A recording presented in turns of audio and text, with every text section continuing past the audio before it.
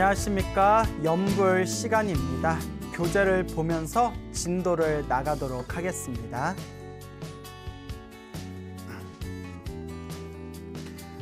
(115페이지) 제일 밑에 관상연불.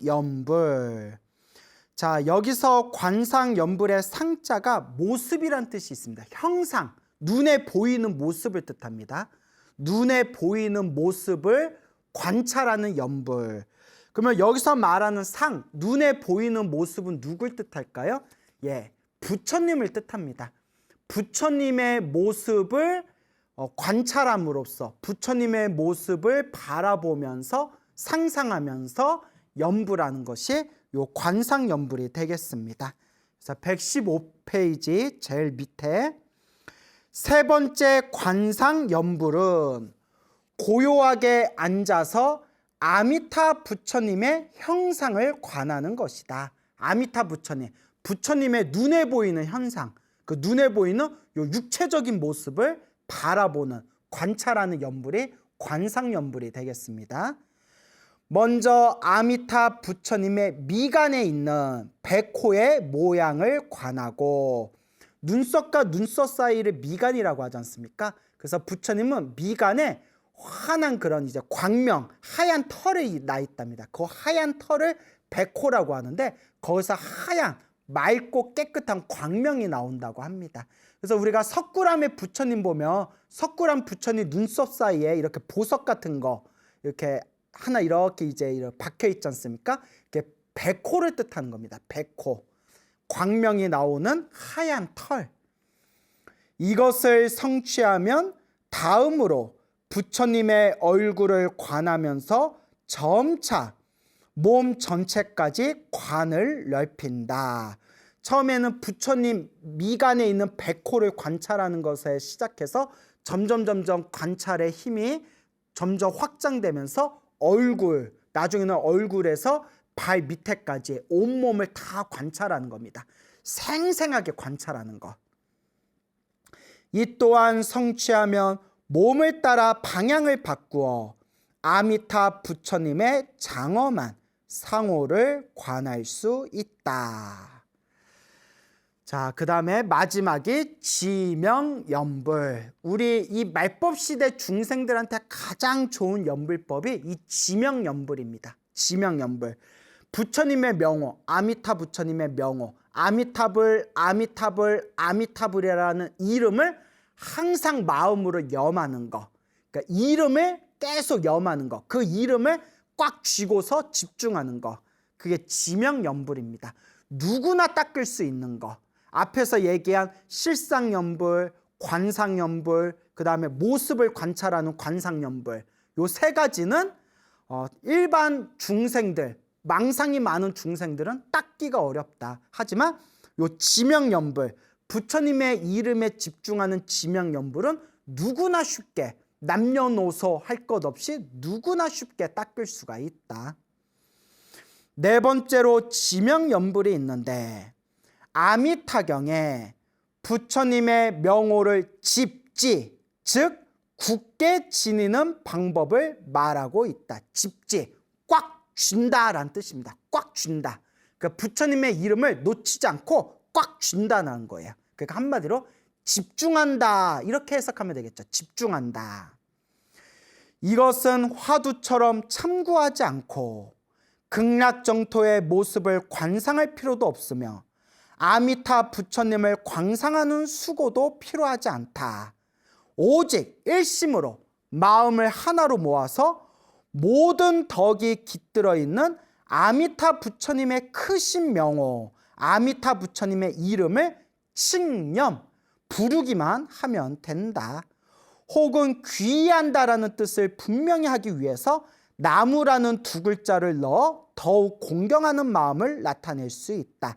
나무란 뜻이 당신을 공경합니다. 당신께 돌아가 의지합니다. 귀의라는 뜻이에요. 귀의. 그래서 나무 아미타불 하면 아미타 부처님께 귀의합니다. 돌아가 의지합니다. 나무 관세음보살 하면 관세음보살님께 귀의합니다. 돌아가 의지합니다. 라는 뜻이 되겠죠. 그래서 그냥 아미타불, 아미타불, 아미타불, 아미타 부처님, 아미타 부처님, 아미타 부처님 이렇게 연불 해도 되고, 더욱 공경하는 마음을 표하고 싶으면 나무를 붙여서, 나무가 당신께 돌아가 의지합니다 라는 뜻이 있으니까 나무 아미타불, 나무 아미타불 이렇게 연불해도 된다. 중요한 것은 아미타 부처님의 이름에 집중한다는 거예요. 아미타 부처님의 이름에 집중하는 거. 그게 지명연불 혹은 칭명연불이라고 부르게 됩니다. 연불 수행의 요체는 일심에 있다. 그래서 불자님들이 그런 질문 많이 하세요. 스님, 연불할 때 소리를 내고 하는 게 좋습니까? 아니면 안 내고 하는 게 더 낫습니까? 소리를 내든 소리를 내지 않든 가장 중요한 것은 마음을 집중하는 거. 일심, 마음을 집중하는 거. 그게 연불의 가장 중요한 핵심입니다. 소리를 내든가 안 내든가 마음을 집중하는 거. 입으로 염하고 마음으로 염하여 입과 마음이 하나가 되어야 한다. 만약 마음으로는 염하지 않고 입으로만 염한다면 그 공덕을 이루기 어렵다. 그러니까 마음으로는 집중하지 않고 마음으로는 막 딴 생각하면서 입으로만 잘잘잘잘잘 외우는 것은 큰 공덕을 성취하기 어렵다는 거예요. 그러나 입으로는 염하지 않으면서 마음으로만 염하는 것은 괜찮다. 일심, 마음을 집중하는 게 중요합니다. 그러나 생각이 서로 이어져 끊어짐이 없게 하여야 한다. 항상 그렇게 부처님께 연불하는 마음. 이렇게 정진하며 방일하지 않으면, 게으르지 않으면 그 과보로 극락세계의 7보로 된 7보배로 된 7개 보석으로 만들어진 연못 한가운데 연꽃봉오리가 날로 커지고 그 빛이 나날이 더욱 밝아진다. 그러니까 내가 연불할 때마다, 간절히 연불할 때마다 극락세계의 연꽃봉오리가 커진다는 거예요. 내가 태어나게 될 연꽃뿌리가 점점 커진다는 거예요. 그 연불을 하지 않고, 연불을 더 이상 열심히 하지 않고 마음의 믿음을 잃어버리면 내가 태어날 극락세계 연꽃봉오리가 점점 작아지더니 결국은 시들어 버린대요. 그래서 참 묘하고 묘하죠. 연꽃은 비록 무정물이나 명부에 감응하는 묘법을 갖추고 있다. 연꽃이라는 것은 생명이 없으나 이제 우리의 공덕의 힘에 의해서 그것이 되살아나기도 하고, 크게 연꽃봉오리가 점점 커지기도 하고, 시들어서 죽기도 하고, 이렇게 묘하게 감응하는 그런 어떤 신비함이 있다. 사바세계에서 중생이 발심하여 연불할 때 서방 정토에서 즉시 연꽃이 그 이름을 드러낸다. 또한 연불 수행이 부지런하고 게으름에 따라 연꽃도 따라서 번성하거나 시들게 되니 정진하는 힘의 우열을 분명하게 나타내는 묘법도 함께 갖추고 있다. 수행자의 공덕이 깊고 얕음에 따라 정토에 왕생할 품계 또한 높거나 낮아진다. 그러니까 수행자가 살아생전에 얼마나 열심히 연불공덕에 지었냐에 따라서 다음 세상 극락세계 태어날 때 상품에 태어날 수도 있고, 중품에 태어날 수도 있고, 하품에 태어날 수도 있고, 상중하로 나눠져 가지고 태어나는 그 품위가 저마다 다르다. 그러니까 이제 우등생으로 학교에 들어가느냐, 아니면 조금 이제 열등생으로 학교에 들어가느냐, 아니면 중간 등수로 학교에 들어가느냐. 근데 제가 앞에서 이미 누누이 말씀드렸죠. 상품으로 들어가든 중품으로 들어가든 하품으로 들어가든 극락세계 성불학교에 입학했다라는 것 자체가 중요하다. 그것을 이제 우리가 놓쳐서는 안 됩니다. 무량한 수의 중생이 목숨을 다한 뒤 극락세계에 왕생하지만 모두 자신이 피운 연꽃에 화생한다. 그러니까 내가 평소에 연불 공덕을 지었던 만큼 커진 봉우리에 우리가 태어나게 된다는 겁니다. 그러니까 여러분들이 지금 이 순간에도 열심히 연불을 하고 계신다면 지금 이 순간에도 저 극락세계 우리가 태어날 연꽃봉우리가 지금 점점 커지고 있는 거예요. 무럭무럭 자라고 있는 겁니다. 지금 이 순간에 연부라는 게 중요합니다. 이 연꽃은 범부의 껍질을 벗는 신령한 궁전이며 해명이 편안히 깃드는, 해명 이제 지혜를 뜻합니다. 지혜의 목숨, 한마디로 지혜입니다. 부처님의 지혜가 편안히 깃드는 신비한 집이다. 옛말에 이르기를 정토에 연꽃이 피는 날이 언제인가, 사바세계에서 연불할 때임을 기억하라. 지금 내가 연불하고 있는 이 순간이 지금 극락세계 아미타 부처님 정토에서 내가 태어날 연꽃이 무럭무럭 자라게 되고, 우리가 목숨이 다하였을 때 내가 지었던 연불공덕의 힘에 의해서 그 연꼬리가 활짝 꽃봉오리가 피면서 그 연꽃 위에 우리가 태어나게 된다. 그래서 이 연불정토법을 옛날부터 불가사의법이다라고 불렀습니다. 불가사의법. 중생의 생각으로는 헤아릴 수가 없는 법이다. 그래서 자세한 내용은 아미타경, 무량수경, 관무량수경, 이 정토 3부경에 자세히 나와 있습니다. 지금은 시대가 너무 좋아졌어요. 옛날에는 스님들조차도 책을 구하기가 힘들었었는데, 지금은 여러분들이 인터넷에서 우리말 아미타경, 우리말 무량수경, 우리말 관무량수경이라고 인터넷에 검색만 해도 공짜로 얼마든지 한글로 번역된 걸 우리가 쉽게 볼 수가 있습니다. 얼마나 좋은 시대입니까? 이렇게 좋은 시절에 오히려 불법을 공부하지 않는 이런 중생들이 자꾸 나날이 많아지고 있다는 것은 지금이 정말 말법 시대구나라는 것을 느끼게 됩니다. 이렇게 공부하기 좋은 시절에 지금 이 순간에도 열심히 연불공덕 지으시고 부처님의 가르침을 잘 닦아서 다 함께 극락세계 성불학교에 태어나기를 마음으로 간절히 발언하시길 바랍니다.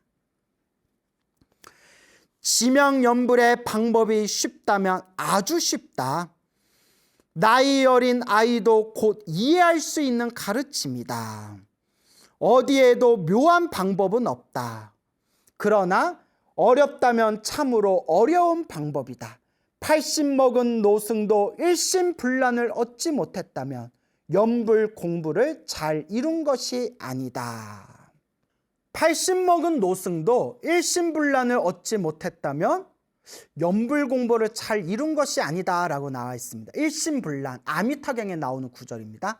마음이 하나로 집중되어서 망상에 흐트러짐이 없이 오로지 연불에만 집중하는 것. 그러니까 우리가 얼마나 평소에 연불 수행을 많이 해야 되겠습니까?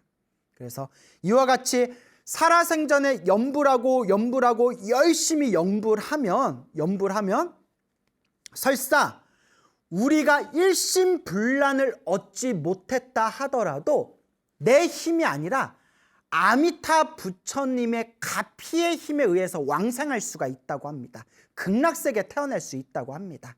그래서 일심불란이 되면 왕생하는 것은, 극락세계에 태어나는 것은 당연한 일이고, 설사 내가 일심불란, 마음이 하나로 집중돼서 마음에 아무런 흐트러짐이 없이 오로지 연불에만 집중되는 일심불란을 얻지 못했다 하더라도 내 힘이 아니라 내가 살아생전에 열심히 연불한 공덕의 힘, 그 연불 가피의 힘, 아미타 부처님 가피의 힘으로, 아미타 부처님 위심력으로 일심불란을 얻지 못했다 하더라도 우리는 극락세계에 왕생할 수 있다라고 연불 정토종의 선지식들께서 다 설해 놓으셨습니다. 그러니까 내가 연불에 집중을 제대로 하지 못하고 연불할 때마다 망상이 일어난다고 내가 왕생하지 못하는 거 아닌가? 이렇게 내가 수행하지고 극락세계 못 태어나는 거 아닌가? 라고 걱정하실 필요 없습니다. 그냥 아미타 부처님에 대한 믿음을 확고하게 가지고 끊임없이 연불하면 내 힘이 아니라 저 극락세계에 계시는 아미타 부처님의 위신력으로 우리는 반드시 극락세계 성불학교에 태어날 수가 있다라는 것을 명심하시기 바랍니다. 그러나 세상에는 닿기 쉽기 때문에 믿지 못하는 사람이 많다. 그러니까 너무나 쉬우니까 믿지 못하는 거예요. 누구든지 죽기 전에 아미타 부처님 10번만 간절하게 부르면 극락세계 태어날 수 있다라는 말을 듣고 너무 쉬우니까 믿지 못하는 거예요. 야, 그렇게 하면 뭐하러 수행하고 뭐하러 참선하고 뭐하러 명상하냐? 그냥 죽기 전에 나무 아미타불 10번만 부르면 누구든지 다 극락세계에 태어났는데, 그럼 평생 놀다가 죽기 전에 아미타 부처님 10번만 부르면 되겠네? 이렇게 너무 쉬우니까 믿지를 못하는 사람이 있다. 그렇지만 제가 누누이 말씀드렸지만 요 아미타 부처님의 가르침을 불가사의법이라고 부릅니다. 왜 불가사의법이냐? 일반 평범한 중생들은 감히 믿을 수가 없는, 중생들의 수준으로는 사의, 생각으로 헤아릴 수 없는 법이기 때문에 불가사의법이다. 그래서 부처님의 분명히 아미타 부처님께서 원력을 세우시기를 누구든지 아미타 극락세계에 태어나기를 발언하면서 아미타 부처님을 죽기 전에 10번만이라도 염불 한다면 내가 반드시 그 중생을 극락세계에 내가 반드시 데려가겠다. 만약 그렇지 못한다면 나는 성불하지 않으리라 라고 무량수경에 분명히 서원을 세우신 내용이 나왔습니다. 근데 지금 요 아미타 부처님은 이미 성불을 하신 부처님이시지 않습니까? 이 말은 부처님께서 스스로 세우신 서원을 완벽하게 당신이 이루셨다는 증거가 되는 겁니다. 그렇기 때문에 걱정하지 마시고 두려워하지 마시고 너무 쉽다고 의심하지 마시고 내가 지금 이 순간에 염불을 하고 있냐 안 하고 있냐, 내가 염불하면서 극락세계에 태어나기를 간절하게 바라고 있냐 안 하고 있냐, 그것에 초점을 맞추시기 바랍니다. 정성스럽게 염불하시고 간절하게 아미타 부처님을 염불하신다면, 그리고 간절하게 극락세계 성불학교 태어나기를 발언하신다면 열이면 열, 누구나 다 극락세계 왕생할 수 있을 것입니다. 수행법은 반드시 오묘하고 현묘하여야 이익을 얻을 수 있다고 생각한다. 이런 이유로 근래 많은 정토 수행자들이 염불법을 버리고 밀교 수행을 닦는다. 그러니까 염불을 하시던 분이 염불이 너무 쉽다고 생각되니까 오히려 염불을 놓아버리고 특별하고 현묘하고 신기한 걸 찾는다는 거예요. 그래서 이 원영 스님이 계시던 이 시절에 이렇게 염불법처럼 쉬운 수행법은 이렇게 두고 밀교 수행을 닦는 사례들이 많았나 봐요. 밀교 수행은 막 주문 외우고 손으로 막 이상한 수인 같은 거 하고 막 그런 특별한 내용들이 많거든요. 근데 이제 그럴 필요가 없다라는 거예요. 원영 스님은 쉽다고 해서 왜 믿지 못하냐, 그리고 왜 꼭 뭔가 특별하고 묘한 걸 왜 그렇게 찾아다니냐, 그럴 필요가 없다라는 걸 이제 말씀하시고 있는 겁니다. 이들은 정토와 밀교 수행의 공덕이 같다는 것을 전혀 모르고 있다. 정토는 삼업을 청정하게 하고 밀교는 삼밀이 감응하므로, 자, 삼업은 몸으로 짓는 업, 그리고 입으로 짚는 업, 생각으로 짓는 업, 그래서 신구의 삼업이라고 해요. 그래서 우리가 염불을 하게 되면 몸이 청정해지고 입이 청정해지고 생각이 청정해지고, 밀교는 삼밀이라는 것은 똑같아요. 신밀, 구밀, 의밀이라고 불려요. 신밀, 몸으로 밀교를 닦고 입으로 밀교를 닦고 생각으로 밀교를 닦는다. 그러니까 염불을 해서 신구의 삼업이 청정하게 되고 밀교를 닦아가지고 몸과 말과 생각의 그런 밀법이 이렇게 상응하게 되는 것, 결국 다 같은 도리다, 이걸 이야기하시는 겁니다. 길은 다르지만 회귀하는 곳은 같다. 결국 하나로 통한다.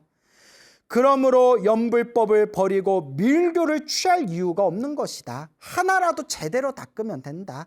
그리고 원영 스님은 이 말법 시대에는 이 염불 정토법을 닦는 것이 가장 좋은 방법이다라는 것을 이제 주장하시고 있는 겁니다. 나는 평생 동안 부처님의 가르침에는 본래 종파의 차이가 따로 없다고 생각한다. 내가 출가하여 처음에는 참선을 배웠고 곧 이와 함께 정토의 연불을 닦았는데 선가, 참선법과 정, 여기서 말하는 것 정은 연불정토법, 참선법과 연불정토의 공덕이 같다는 것을 깊이 알게 되었다. 그래서 제가 이 책을 선택해서 지금 교재로 여러분들께 강의해 드리는 게, 이 책을 저술하신 원영 괴모 스님께서는 참선도 하셨고 연불도 닦으셨고 경전교학에도 해박하신 그런 대학자셨습니다. 골고루 다 닦아보신 분이기 때문에 참선은 참선대로 장단점을 아시고 교학은 교학대로 각각의 특징들을 다 꿰뚫어 보시고 또 그 속에서 연불정토법이 말법 시대 가장 훌륭한 수행법이다라는 것을 주장하신 분입니다. 우리 한국 불교는 오랫동안 선종 문화에 이렇게 젖어 있었기 때문에 불과 몇십 년 전만 하더라도 우리 한국 불교에서는 참선하는 수행자들이 연불하는 사람들을 굉장히 무시하던 그런 경향이 있었습니다. 실제로 연불 수행을 하시던 정말 훌륭하신 큰 스님이 계셨어요. 청화라는 큰 스님이 계셨거든요. 정말 이 청화 큰 스님을 모셔보던 분들 한결같은 말씀이, 당신이 수많은 분들을 모셔봤지만 저렇게 언행이 일치되시고 저렇게 마음으로 하심하신 스님은 정말 청화 스님 같은 분이 안 계셨다 할 정도로 그렇게 존경받는 청화라는 큰 스님이 계셨는데, 그분은 평생 연불을 닦으셨거든요. 그래서 그 시대 때 굉장히 무시를 많이 당하셨어요. 실제로 굉장히 무시를 많이 당하셨습니다.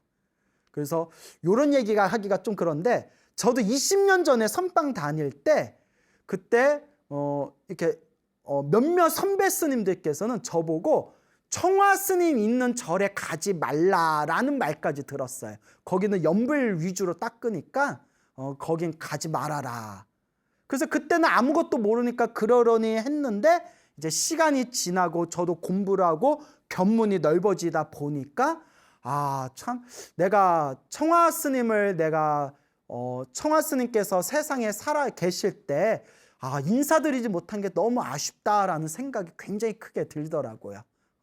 여하튼 이제 여러분들께 드리고 싶은 얘기는, 이제 수행이라는 것은 참선은 참선대로 너무나 훌륭합니다. 참선 수행법도 아주 훌륭합니다. 주력은 주력대로 아주 훌륭하고 밀교도 밀교대로 아주 훌륭합니다.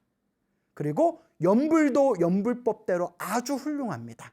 다만 제가 연불수행법에 대해서 제가 좀 강력하게 말씀드리는 이유가, 워낙 한국 불교 풍토가 참선보다 연불이 훨씬 더 수준이 낮다, 참선은 뛰어난 가르침이고 연불은 참선보다 훨씬 더 뒤떨어지는 그런 아래 단계 가르침이다, 이런 게 너무 사람들 머릿속에 깊게 뿌리 박혀 있기 때문에 이런 걸 제가 좀 강하게 뿌리를 뽑아드리고 싶어서 제가 좀 이렇게 강력하게 말씀을 드리는 거거든요.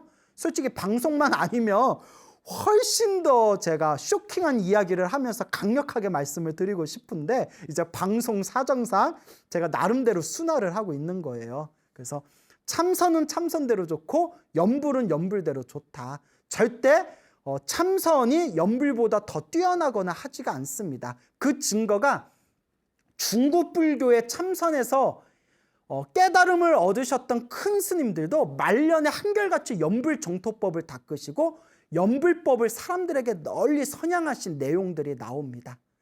참선을 해서 깨달음을 얻으신 큰 스님들이 참선법만 최고라며 뭐하러 대중들에게 연불법을 가르치고 당신들이 말년에 극락세계에 태어나기를 발언하면서 연불수행을 하셨겠습니까?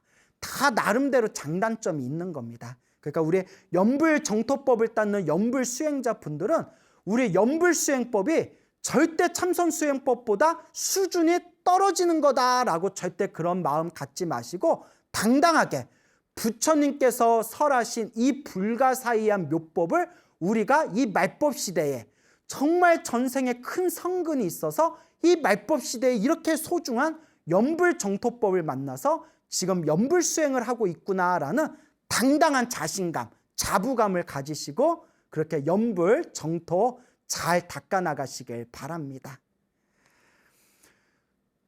내가 출가하여 처음에는 참선을 배웠고 곧 이와 함께 정토의 염불을 닦았는데 선과 정의 공이 참선과 염불 정토의 공덕이 같다는 것을 깊이 알게 되었다.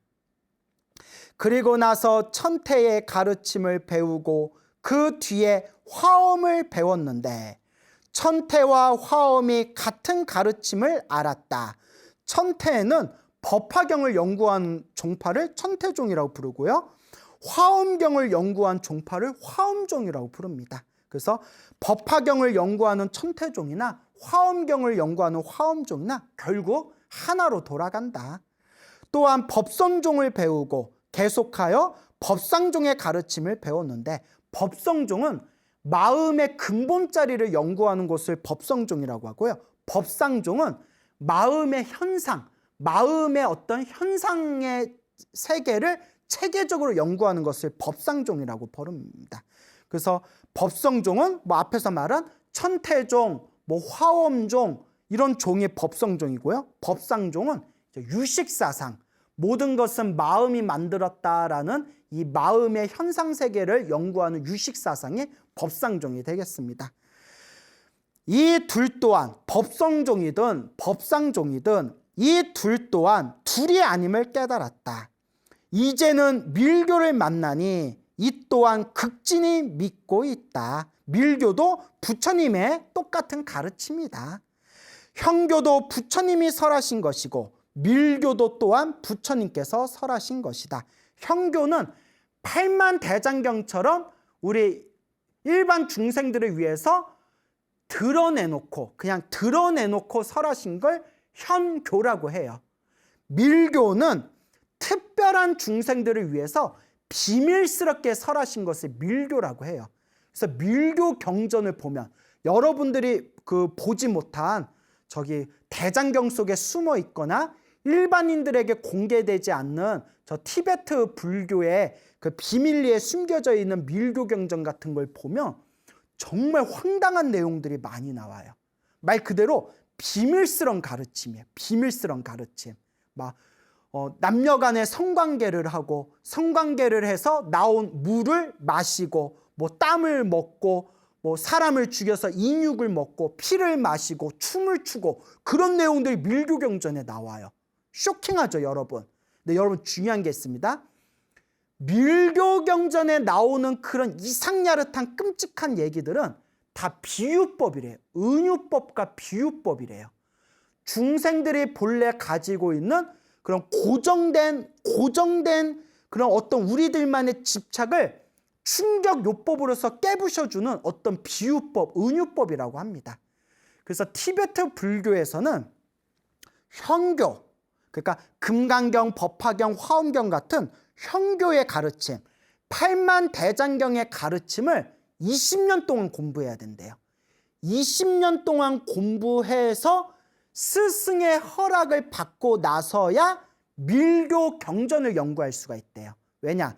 20년 동안 팔만대장경의 가르침으로 기초를 완벽하게 쌓은 뒤에 비밀스럽고 은밀한 가르침인 밀교 경전을 봐야 헷갈리지 않고 올바르게 공부할 수 있다는 거예요. 그런데 처음부터 부처님의 가르침에 대한 기초가 만들어지지 않은 상태에서 처음부터 이상한 밀교 경전을 보면 사람이 이렇게 미쳐버릴 수도 있대요. 이상한 이제 사이비 교주가 될 수도 있답니다. 그래서 옛날 선지식들 중에서 어떤 얘기를 하셨냐면 밀교는 아주 심오한 가르침이지만 또한 잘못 닦으면 순식간에 지옥에 떨어지는 가르침이 밀교다라는 내용이 또 책을 보다 보면 나옵니다. 그래서 밀교는 반드시 좋은 스승 밑에서 공부를 해야 됩니다. 그래서 우리나라에서도 이제 티베트 밀교 공부하시려고 저기 남인도 다람살라라든가 저 티베트 불교 그렇게 이제 유학 가시는 스님들이 많으시거든요. 그래서 저랑 아시는 스님들 중에서도 티베트 불교 공부하고 계시는 스님들이 있는데 뭐 티베트 불교도 참 훌륭한 수행법이에요. 부처님 가르치면 다 좋은 겁니다.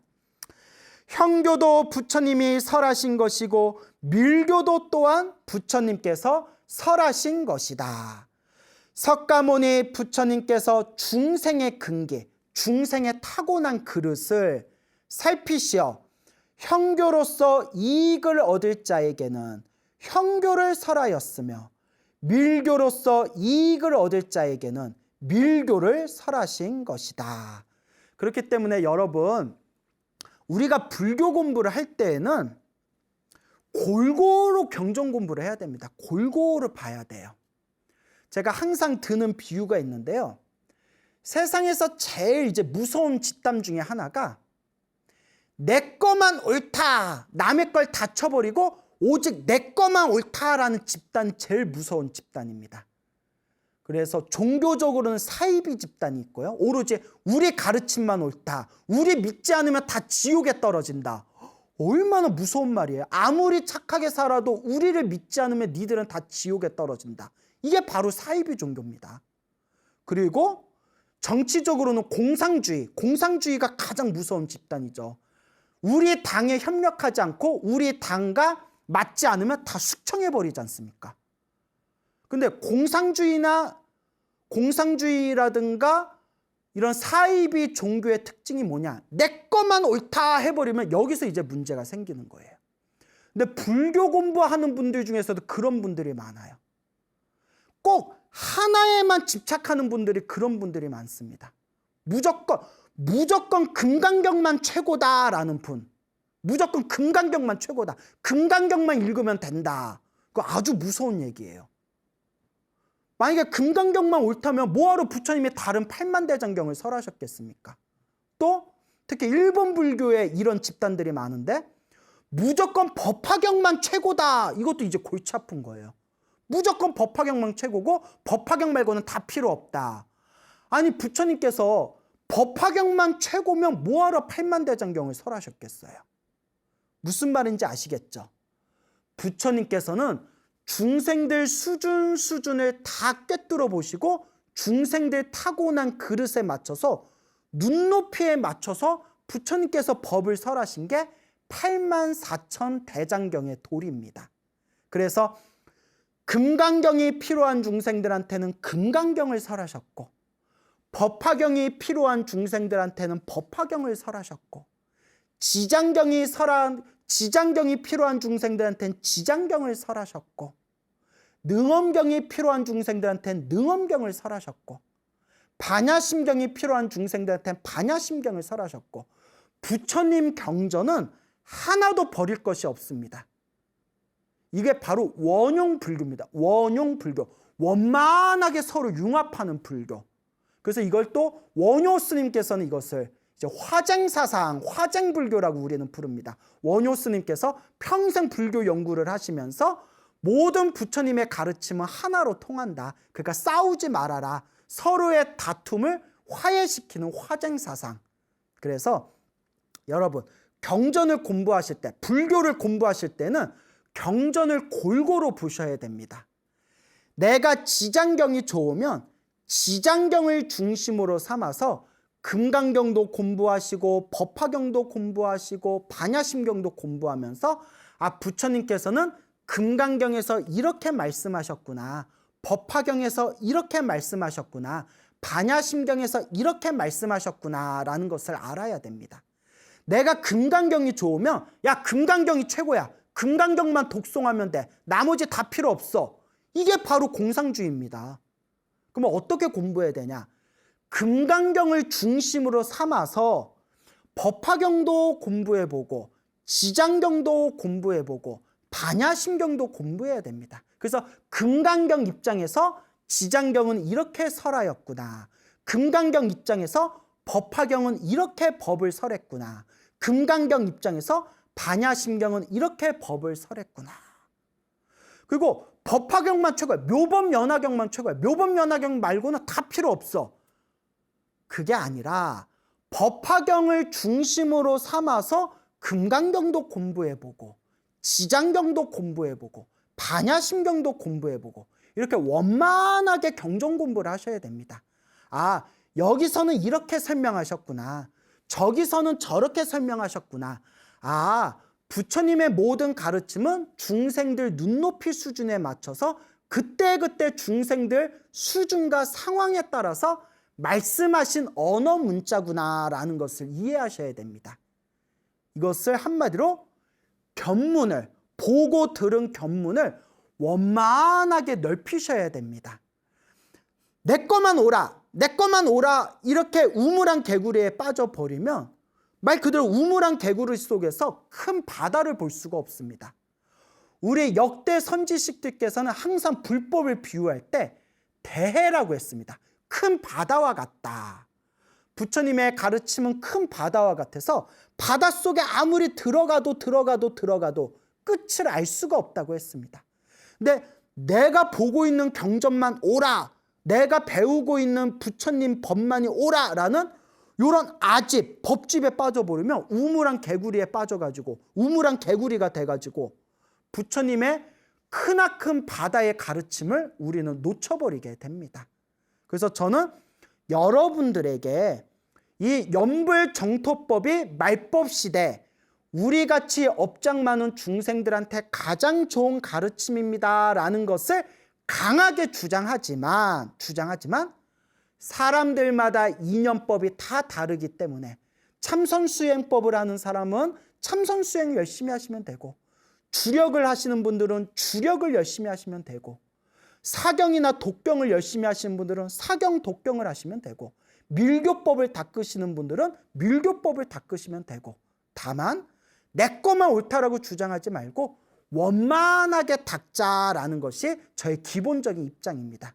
그래서 원영 굉호 스님께서도 젊어서는 참선을 해서 깨달음을 얻어 임재종의 종지, 임재종의 법을 이으셨고 평생 동안 불교 교학 8만대장경을 연구하셨기 때문에 경전에 아주 해박하셨고 그리고 한결같이 염불정토를 닦으셨기 때문에 이와 같이 굉장히 견문이 원만하신 분이었다라는 생각이 듭니다. 그래서 우리 불자 여러분, 내 것만 오라 하면 그때부터 이제 싸움이 벌어지는 겁니다. 내 것만 오라 하면 이제 서로가 인정해 줘야 됩니다. 참선하시는 분들은 아유 참선수행 훌륭합니다. 참선수행 열심히 하십시오. 참선수행 잘하셔서 화두가 일념이 되어 경성성불 하셔서 우리 중생들 널리 제도해 주십시오. 이렇게 이제 인정해 드리면 되고 염불하시는 분이 있으면 아유 염불정토법도 부처님께서 우리 중생들을 위해서 설하신 강곡한 가르침입니다. 열심히 염불하셔서 극락왕생 꼭 하셔서 성불학교에서 이제 수행 열심히 하신 뒤에 우리 사바세계로 다시 돌아오신 뒤에 우리 중생들을 제도해 주십시오. 이렇게 이제 인정해 드리면 되고 밀교법을 닦으시는 분이 있으면 아 밀교는 부처님께서 특별한 중생들, 특별한 수행자들을 위해서 비밀리에 은밀하게 설하신 가르침이라고 하는데 밀교법 잘 닦으셔서 어서 즉신성불 하셔가지고 우리 중생들 널리 제도해 주십시오. 이렇게 서로 인정하면 싸울 일이 없는데 내가 너보다 낫다, 우리 수행이 너보다 낫다 이제 요래 버리면 이렇게 이제 다투어 버리면 부처님이 중생들을 위해서 설하신 그 균형 있는 가르침이 흔들리게 됩니다. 그러니까 결론이 각자 자기 이념법 따라 닦으면 됩니다, 여러분. 각자 자기 이념법 따라 닦으면 됩니다. 저 남방의 미얀마, 스리랑카, 태국 불교에서는 윗바사나 수행이 최고라고 하고 저 티베트 불교에서는 티베트 밀교가 최고라고 하고 또 중국 불교를 중심으로 한 이 북방 불교에서는 참선법이 최고다. 참선법 중에서도 가나선이 최고다. 묵조선이 최고다. 아니다. 염불법이 최고다. 이렇게 서로가 서로 각자 자기네들 종파에서 싸워버리면 요거는 답이 나오지 않습니다. 그래서 저는 염불정토법을 닦고 여러분들에게 염불정토법의 장점에 대해서 제가 설명하되 제가 항상 느끼는 거는 결국 부처님의 법은 하나로 결국은 깨달음의 바다라는 하나로 모이기 때문에 각자 자기 이념법대로 닦으면 된다. 그러니까 싸우지 말자라는 게 이제 제 지론입니다. 여러분 딱 봐도 알겠지만 제가 싸움을 잘 못해요. 싸움을 잘 못하기 때문에 제가 싸우는 걸 별로 안 좋아해요. 자, 그래서 각자 이념법대로 잘 닦으면 된다. 그리고 이제 그냥 제 개인적인 입장에서는 이 말법 시대, 번뇌와 망상이 많은 중생들이 수행을 제대로 할 수 있는 가장 좋은 세계가 아미타 극락 세계니 염불 정토를 열심히 닦아서 우리 다 함께 다음 세상에 극락 세계 성불학교에 태어나기를 발언하자. 이렇게 이제 저는 권유를 드리는 바입니다.